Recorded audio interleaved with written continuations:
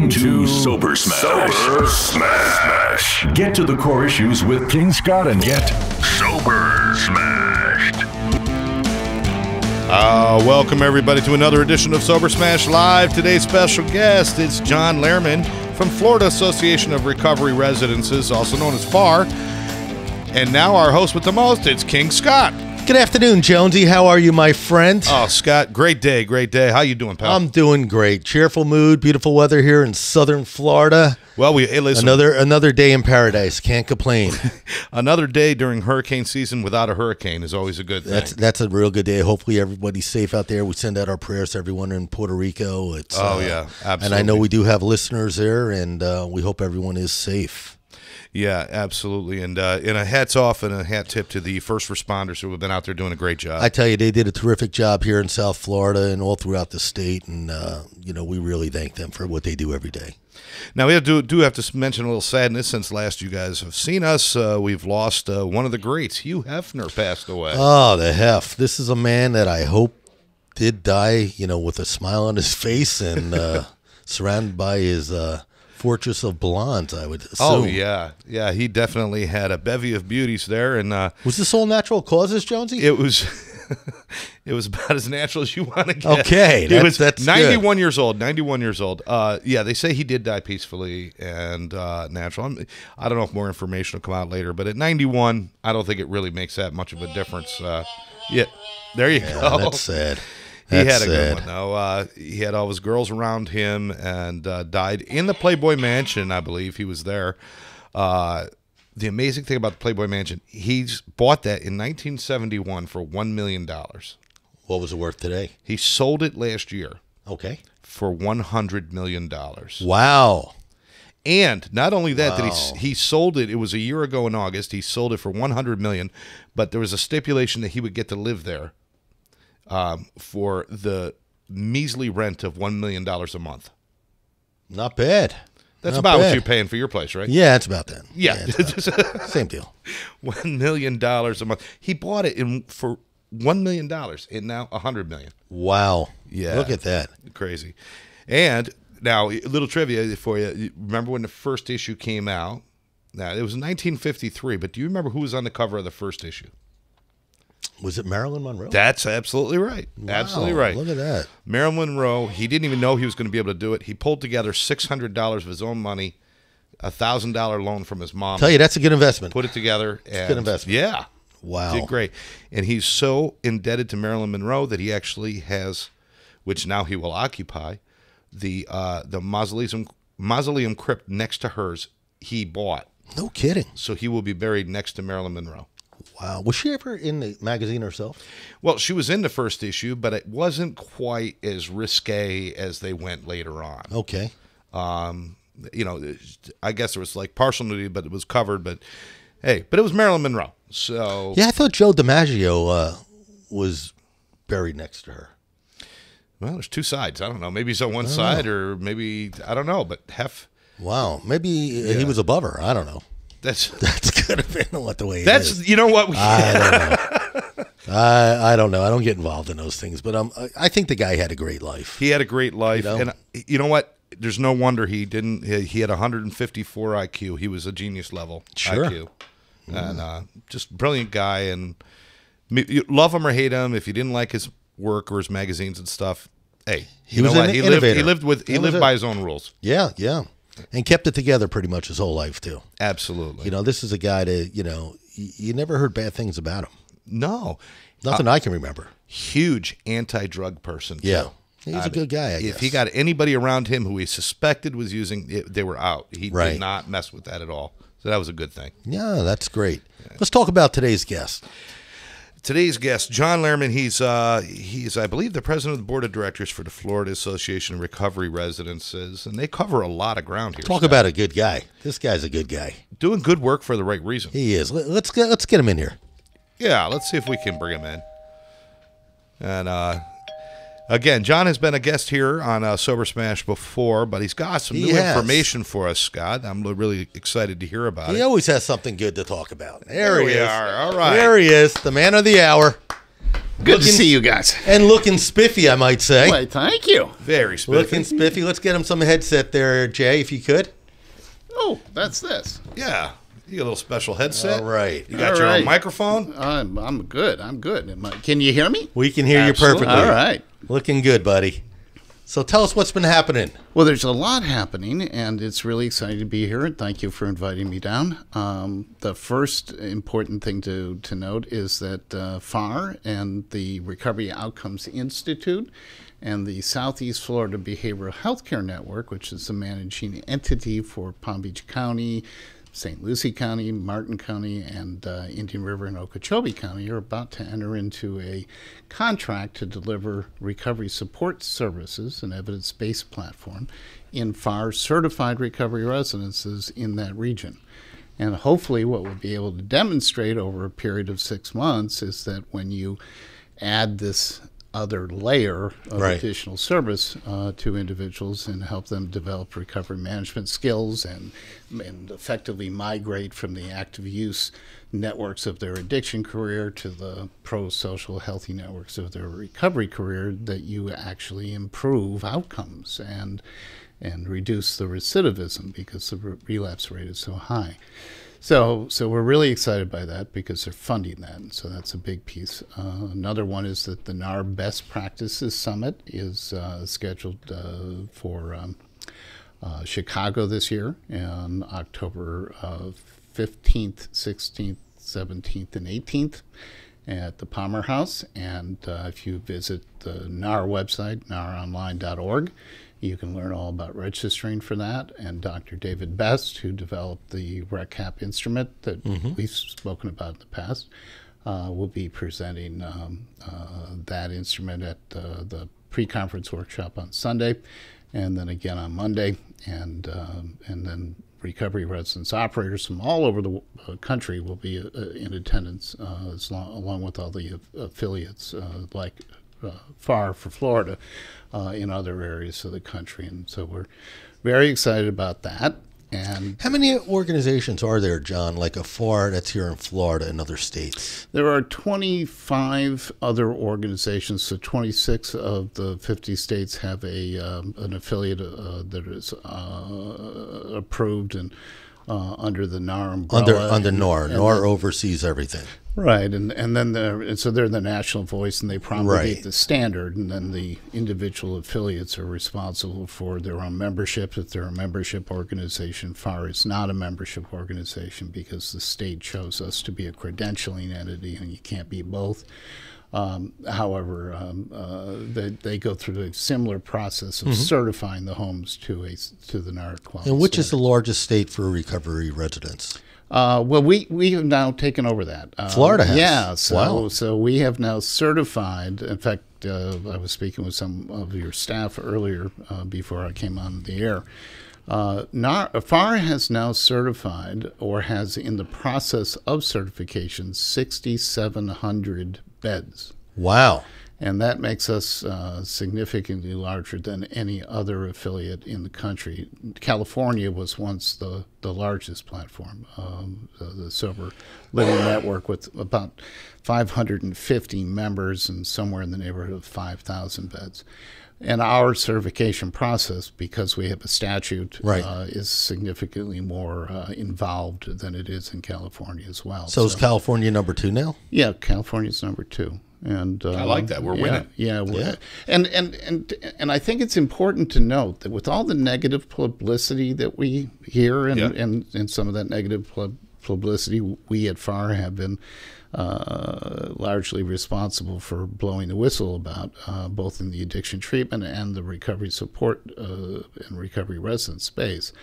For all that negative publicity, this is 6,700 beds that have been certified or in the process of being certified to the national standards that are recognized by the White House, the Office of National Drug Control Policy, and SAMHSA. So we've got more going on positive here in Florida. That's a lot of lives saved. That is. And now we have funding from the state to support the delivery of evidence-based practices within a recovery residence to shore up these individuals that are exiting good quality clinical care. Tell us about that. Well, that's this instrument that Dr. Best, David Best, is with Sheffield Hallam University in England. And he is a world-renowned researcher in all areas related to recovery as opposed to addiction treatment. And so one of the things that he developed some years back with Bill White and a woman named Teodora Groshkova was an assessment. Well, that's a tough name. Yeah, it is. That rolled right off your tongue. Thank you. I've been doing that for a while. That was very good. Wait, didn't she just beat Venus Williams? She sounds like a tennis star. She does. Right. I think I saw her at the U.S. Open. So Teodora Groshkova is a now he's just showing off. But that was more impressive the second time. Yeah, statistician, and it was a psychometric study. So a lot of it is above my pay grade, but essentially what it did is it created a series of 50 questions that could be answered by an individual, and as a result of the answers, it was 96.4% effective in predicting resilience over the next 90-day period. So you present this assessment to an individual who is in recovery, and then you come back and you say, within 96.4%, we know whether you are or you are not going to be able to remain sober for the next 90 days. But more important than that was the ability to look within that assessment, and it was organized under a series of domains, and determine where are they strong, where are they not strong. And it's a strength-based assessment as opposed to a deficit-based assessment. And so where are you strong, and where could we help you to achieve strength, both internally and by tapping into external resources in the community so that you can sustain your resilience. And if you do this assessment every 90 days, presumably if the individual is willing to follow some guidance, you can achieve long-term recovery. And one of the challenges I think we all face in the industry is the individuals. It's easy for me to get to a place during individual clinical care, both at one-on-one sessions and as well as group therapy sessions, where I own the fact I've got a chronic condition. I begin getting hopeful about my opportunity to stay clean and sober, and then I go out and I hit the wall of life. And suddenly the wall of life is just overwhelming, and I discover, and I can say this as a person in long-term recovery now, early on, that wall of life was just intolerable to be sober. The condition of sobriety was a really very negative feeling for me. It was awkward. It was difficult for me to engage in social activities. It was difficult for every single major issue that I encountered was the biggest issue that I'd ever experienced, and it was my perception of my reality was unreliable. I wasn't good at taking any direction from anyone. And so those were the things that would sabotage. Those were barriers to my achieving long-term recovery. And so this instrument and this practice that has been developed by Best is taking qualified, certified, and trained peers who have that lived experience and training them to help these individuals develop very concrete, manageable, smart goals. Smart as in they are achievable and they are specific and they're task oriented and help them to achieve those goals and meet again on a weekly basis, and then eventually it tapers down to bi-weekly and then tapers down to monthly over a 4 to 6 month period. While I am living in the certified recovery residence, I'm working, I'm engaged in education, I'm engaged in volunteerism, so I'm living life, and I'm experiencing life, and what the research says is if you do that and you do it well, people actually begin to develop what we would term the recovery management skills, and they also develop a network of individuals that support their recovery, and they sustain their recovery, and they get to that magic 1 year, 18-month mark where they're confident that they can continue doing this on their own.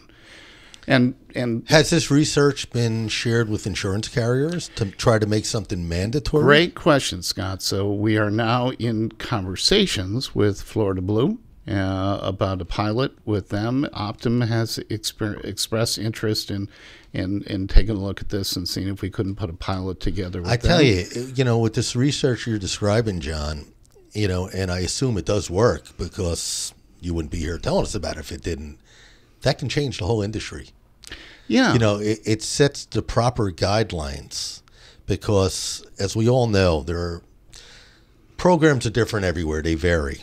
And to have, let's say, a prototype program that actually works and make it mandatory to follow these guidelines with the research that Dr. Best has done, I think you're going to see a change in the industry at that point. Yeah. And you're going to see the outcomes much greater, positive, where people are actually staying sober. And reduce, and certainly it will change lives, and that's the chief and primary objective. But it also goes towards this issue of sustainability of the payer systems. The addiction community, the addiction treatment community, rightfully has issues with the payers not paying as they agreed to pay, even after utilization review, and stalling and holding up and what have you. But ultimately, we've got to figure out how to reduce recidivism, or state agencies that are paying for this, private payers, Medicaid, et cetera. Nobody can sustain this repeat coming back in through the system over and over and over again for another episode of acute care. And is it because treatment doesn't work? No. Treatment works. We're better at treating people today than we were just 5 years ago. Absolutely. And certainly light years ahead of where we were 10 years ago. The problem is that we don't have funding and support for these recovery support services to scaffold individuals as they're exiting out of treatment. Plus, the numbers are greater than they were 5 years ago. When you say how many people are in treatment today versus 5 years ago, there are so many more people using today. Yes. I can't even tell you what the difference is right now, but it's so much greater. Yeah. Than it was 5 years ago. And it changed. The whole world has changed. Sure. And also what we have, and it's a good thing, is we have many more people coming in much earlier in their addiction careers. Well, it's because we're trying to educate them more. Sure. And people are realizing it happens to everyone. Yeah. It's not a disease that's, with one group of people, there's no prejudice. And people are starting to realize that it happens to you, the person next door, your teacher, anyone. It happens to everyone. Yeah. And they're being aware of it. And, people are more apt to speak about it today, where years ago they brushed it under the carpet. Now people are talking about it. Nobody would ever suggest that the opiate crisis is a good thing, but one of the outcomes of the opiate crisis is the clarity about addiction being a equal opportunity disease. It is. It totally is. It's now clear. Right. We got to take a short break. We're going to be right back with John Lehman. Just stand by.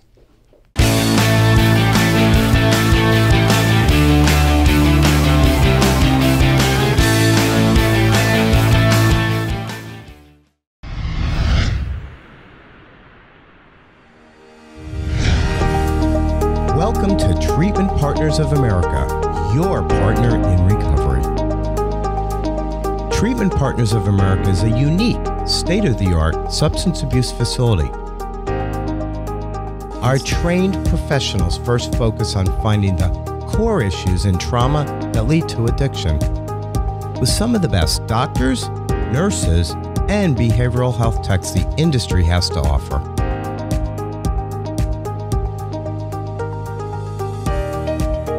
We offer personalized one-on-one therapy 5 days a week, raising the bar to a higher level of standards. Whether it's drugs, alcohol, eating disorders, gambling, sex and love addiction, or even relationship addiction, Treatment Partners of America has specialists to treat and to help heal your addiction long-term rather than attempt a temporary 30-day quick fix. Welcome back to Sober Smash Live. It's Jonesy, King Scott, and our special guest, John Lehman from FARR, and talking about all sorts of good things here. So John, what you're discussing here with us, this is really going to change the industry a lot.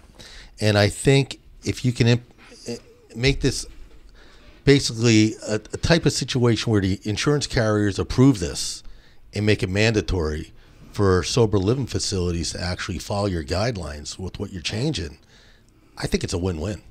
I really do. Yeah, and there are different levels of support and so the old standard halfway house, or what we under the NAR platform, what we recognize as a level 2 support level. So support level 2 is don't drink, go to meetings, pay your rent on Friday. Get a sponsor, get a home group, and participate in life. I don't know if that works for everyone. It doesn't, but it does work for a lot of people, and Sure. I certainly was Sure. one of them. And Everyone's different. And we support a recovery residents who that's what they want to Sure. do, and that's what they want to offer. We also support the Oxford House model, which is peer democratically run and operated. And that's a great model also. Yep. Absolutely. And they get to cherry pick. Only people that are invited to live in a recovery residence that's an Oxford House chapter are people that have gone through an interview process with the existing residents, and then if you drink or you drug, boom, you're out the next day. So their numbers are pretty positive. And again, that works for certain people also. Right, but but that is not the right, in my opinion, which I believe to be an informed opinion, that is not the right mode in operation for this generation that's coming in who's never launched. So I started on my addiction career when I was 14. I'm involved in opiates. I'm now 22 years old. I've never held a job. Right. I don't know anything about managing my own life. Right. And I come in, I go through treatment, and which is the mass majority. It's the vast majority. Now I'm being asked to go get a job and support myself, and I go out and I experience life, and it's just overwhelming. Sure. It's culture shock. Yeah, and for that group, you need greater supervision, and you need greater support. And life skills. Yeah, and that means you have to have more money. You can't provide those as a recovery residence from rent. You got to get paid by somebody to provide those services. Now, that's a continuum of care that I know that you really believe in. I want to go back when we started the show. You did allude to the bad press. Yes. And a lot of people listening out there, and Scott and I have talked to them, say that the whole industry is bad. But we're starting to see changes on the interior, and I think the public will start to see those changes soon. Do you see the face of treatment changing because of things like this? I mean, are we going to see in a year from now, is the scope going to be different? Are people going to look at things differently? Yeah, I do believe so. First, I want to start by saying that I really believe this is true, that 20% of the actors in the addiction treatment and the sober home space, the bad actors, that 20%, they're just people that aren't interested in doing the right thing. They were never interested in doing the right thing, and they're never going to do the right thing. Now, many of them are closing their doors and getting out of the business altogether. Yes. Others are migrating to other parts of the country. Some think that, well, this is only the focus on arresting and indicting and charging and convicting is only in Palm Beach County, so we're just going to move to Martin County, or we're going to move down to Broward County. They'll find that the Office of Statewide Prosecution under the Attorney General has a different picture on that, and eventually that'll get solved. But that really amounts to somewhere in the neighborhood of 20 to 25% max. There is 20 to 25% that were always ethical, were always law-abiding, and were always doing the right thing, and they were quality programs, and they continued to deliver quality services even when it became really difficult to do that. This bad publicity that we're all experiencing has affected the quality programs' senses as much as it has the negative. And they're going to continue to do the right thing just because it's the right thing and because their heart's in the right place, even if they're for-profit businesses. And so it's this middle ground that we're talking about, Scott.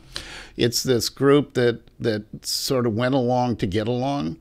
And they said, well, if everybody else is doing it, I'm going to do it. That group is now going insane. Tell us specifically what is legal, what is ethical, how is it that we're supposed to operate, what is it we're supposed to deliver, and we will do that. And so we're beginning to see that shift take place. And so I think over the next 5 to 6 months, we're going to see a lot more of that. Some of them will decide, you know what? Now that you can't make the kind of money that we were expecting to make in this business, we're just going to get out of this business. And there's others that are going to say, you can make a solid living doing this the right way, and they're going to learn from that first 25% that has been doing it the right way all along.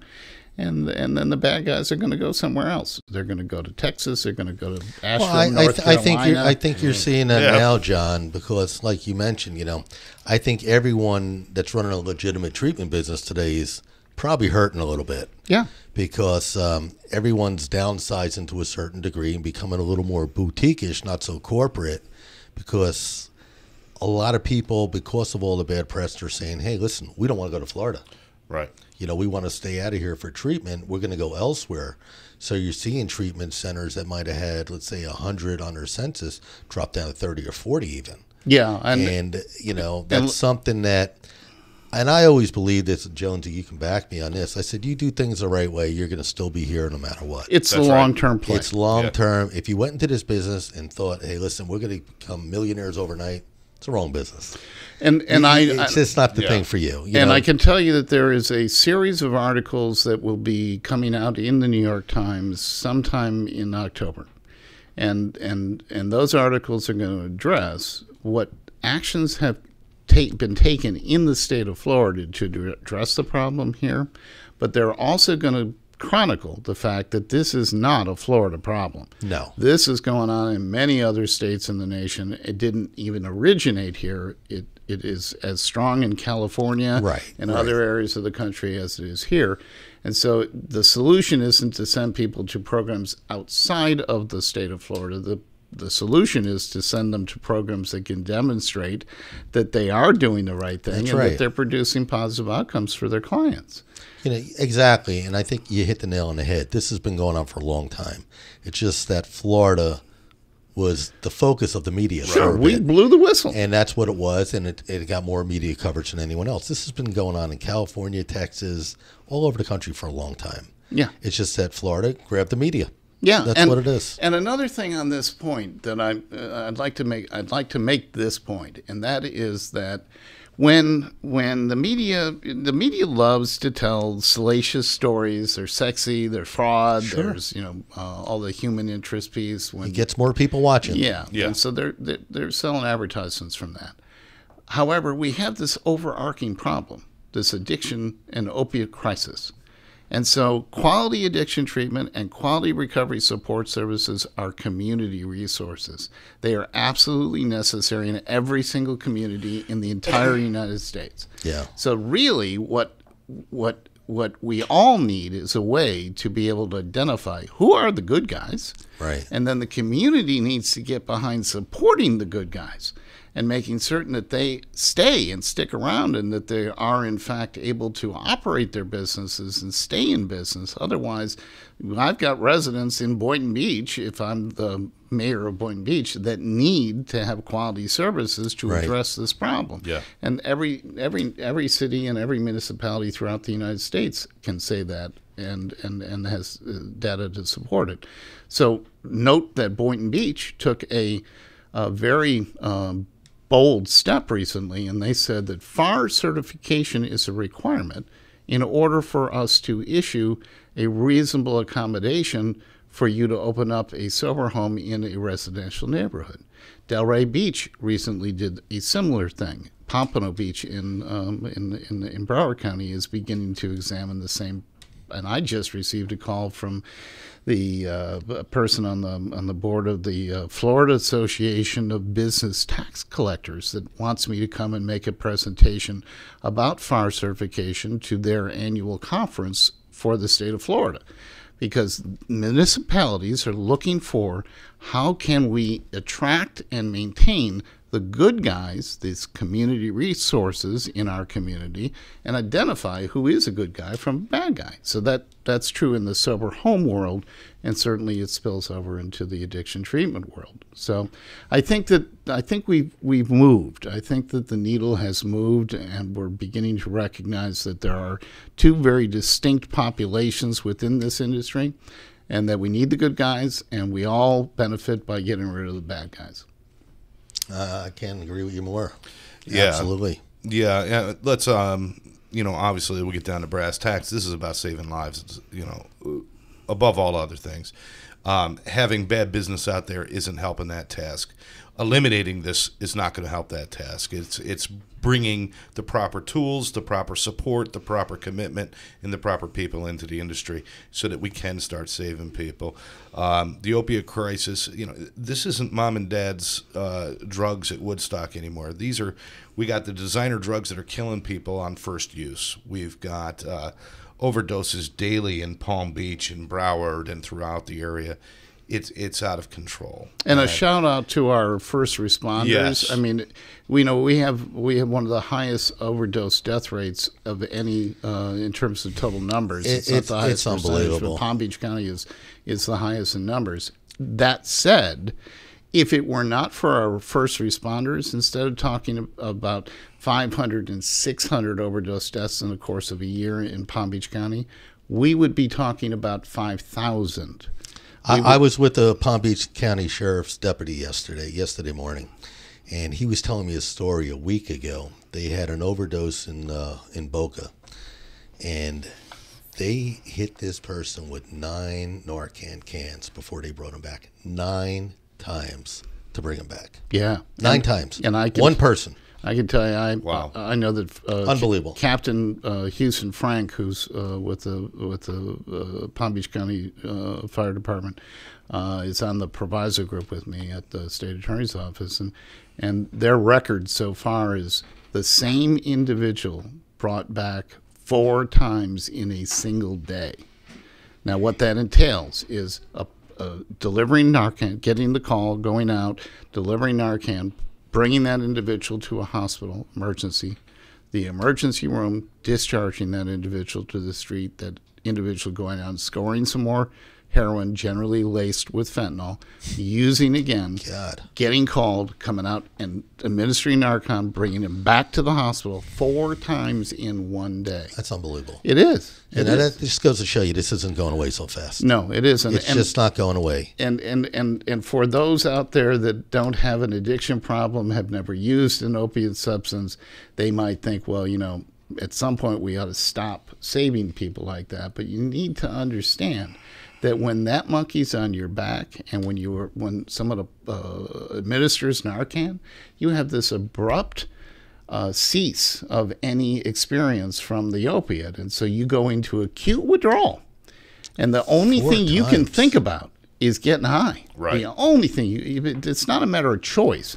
Your brain is telling you to go find dope and get that dope in your system, right. and so it's a brain disease, and it has to be treated as a brain disease, and we need to recognize that this isn't a matter of choice. Mm-hmm. There may have been some bad choices that were made early on, but if you show me the person on the planet that didn't make some bad choices when they were a teenager, and but the scary part of it, John, is people make bad choices. But when you're going out there and you're using and you're trying to score drugs, you don't even know what you're getting today. Yeah. And that's what the problem is, like Jonesy just said about the fentanyl. You can go out there and you just touch the substance and it's killing you. Yeah. And you have first responders that are there to help you, and they're getting caught up in this. Yeah. And it's a very scary situation now. Yeah. And like I said, it's not going away so fast. We need to be preventative about it and do something. And we do. As we've said a number of times here today, and in many other interviews that we've given, we need quality, ethical providers to address this crisis, and we as communities need to embrace that. We sure do, and try to never say no to someone. And that's always been my belief. I never want to say no to someone that really wants help. Yeah, you want help. I never want to say no to you. Yep. We got 3 people sitting here that are dedicated to helping people, obviously. And when I hear that, obviously I've heard that before, where it's like, you know what, stop wasting resources on them, let them go. When it's your son or your daughter, it's not easy to say that. Yeah. When it's your brother or your sister or your husband or your wife who's struggling, you don't say it like that. So those people who could say it callously like that haven't been touched by it yet. Yes. But I'm telling you, the odds are they will be. And that's for sure. It's really about, and you were talking about earlier, it's about really creating enough time and a continuum of care so that it's not over and over treatment. It's doing treatment, but continuing that treatment for a longer period of time. It gives them a chance to establish themselves and build proper habits and lives. Yes. And it's also getting all the recovery residents, everyone on the same page. And I think that's what the main focus is here. There needs to be, a guideline, which John's putting in place, to get everyone on the same page. Yeah, one of the things that you and I have talked about a lot over the last year is the emergence, and soon we will announce the emergence. It's not quite ready for prime time, of the American Recovery Alliance. Absolutely. And that will be a 501c membership organization that will attract both the addiction treatment community and the recovery support services community, because I really believe that we need to break down these silos, and we need to bring the ethical, law-abiding programs who are mission-centric to the individual care of and the continuum of care for these individuals that are seeking help under the same umbrella. And we need to begin to open up communication and provide opportunities for the recovery residents to communicate with the treatment provider and vice versa along this individual's continuum of care. Absolutely. It's not okay, we're done with him, he's yours now. It's not how it works. Right. It needs to be a continuum, and there needs to be ongoing communication to support that individual to achieve long-term sustainable recovery. I think you'll see change then. Where can people go to either get involved or just get some information about where you're at with the process and what's going on? Well, Karen Hurley is sort of the go-to person. She's standing next to me, or at least she was a moment ago. And Rick Riccardi at Fellowship Foundation is also involved in this process of bringing the American Recovery Alliance out of the ground.